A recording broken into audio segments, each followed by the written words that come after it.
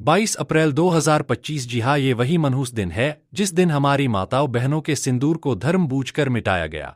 इस दिन 26 निर्दोष हिंदुओं को कश्मीर के पहलगाम में धर्म बूझकर कलमा ना सुनाने पर कपड़े उतरवाकर परिवार के सामने गोलियों से छलनी कर दिया गया। शुरुआती जांच में सामने आया कि इसमें लोकल लोगों का पूरा सपोर्ट था। लगभग 34 आतंकी इस वारदात को अंजाम देने वाले थे, लेकिन सेना की सख्ती के कारण सिर्फ 4 आतंकियों पर ही हथियार पहुंचे। ये सभी 34 आतंकी हफ्तों से लोकल लोगों के घर पर रहकर रेकी कर रहे थे। शायद वारदात ज्यादा बड़ी होने थी, लेकिन सेना के सख्ती के कारण सिर्फ एक घाटी तक ही सिमट गई। अभी तक की सूचनाओं के आधार पर 5 आतंकी मारे जा चुके हैं। 6 आतंकियों के घरों को ध्वस्त किया जा चुका है।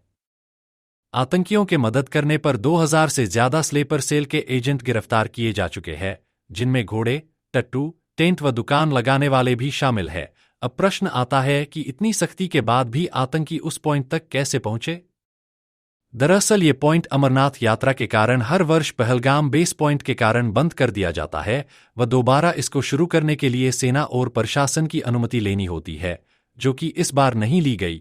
तो सुरक्षा में चूक वाली बात यहां लागू ही नहीं होती, क्योंकि ये सारी कवायद लोकल लोगों की ही थी जिनका पूर्ण समर्थन पाकिस्तान परास्त आतंकियों को था। इसके बाद के घटनाक्रम में 7 मई 2025 की रात ऑपरेशन सिंदूर के तहत पाकिस्तान के कब्जे वाले कश्मीर और लाहौर के 9 आतंकी ठिकानों पर कमीकाजी ड्रोन, जिन्हें आत्मघाती ड्रोन भी कहा जाता है, व राफेल विमान से मिसाइलों द्वारा हमला किया गया, जिसमें ये सभी आतंकी ठिकाने पूरी तरह से ध्वस्त कर दिए गए, जिसमें 200 से 300 के करीब आतंकी मारे गए, जिसके पुष्टि स्वयं पाकिस्तानी फौज ने उन सभी के जनाजे में शामिल होकर की। इस हमले में जैश और लश्कर के 6 बड़े आतंकी मरे गए व जैश के प्रमुख आतंकी अजहर मसूद का भाई, बहन, दामाद सहित परिवार के 12 आतंकी भी मरे गए। इस तरह से भारत ने कंधार विमान हाईजैक, पुलवामा और मुंबई हमलों के मास्टरमाइंड आतंकियों से बदला ले लिया। ऑपरेशन सिंदूर बिना किसी नुकसान के भारतीय सेना द्वारा पूरा कर लिया गया। इस ऑपरेशन के जवाब में पाकिस्तानी सेना ने 8 मई को ड्रोन और फाइटर जेट से भारत पर हमला कर दिया। 300 से 400 के करीब तुर्की निर्मित ड्रोन व हल्की मिसाइलों से भारत के 36 ठिकानों पर हमला किया, जिसे भारत के आकाश एयर डिफेंस सिस्टम से सीमा पर आसमान में मार गिरा दिया गया। हालांकि इन सब के मलबे से आम जनमानस भी प्रभावित हुआ, लेकिन कोई बाद नुकसान भारत को नहीं हुआ।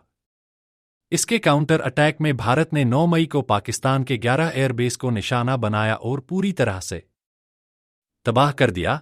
इस हमले में पाकिस्तान के अमेरिका व चीन निर्मित 6 फाइटर जेट व एक अवाकस, जिसे खोजी रडार जहाज भी कहा जाता है, को मार गिराया गया। इस हमले में 3 जगहों पर पाकिस्तान के चीन निर्मित एयर डिफेंस सिस्टम को भी तबाह कर दिया गया। साथ में कई जगहों पर पाकिस्तान के रडार सिस्टम को पूर्ण रूप से समाप्त कर दिया गया।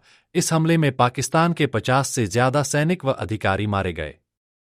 पाकिस्तान ने इसके जवाब में भारत पर हतफ और अब्दाली जैसी बैलिस्टिक मिसाइलों से हमला किया, जिन्हें हिंदुस्तान के S-400 एयर डिफेंस सिस्टम से हवा में ही मार गिराया गया।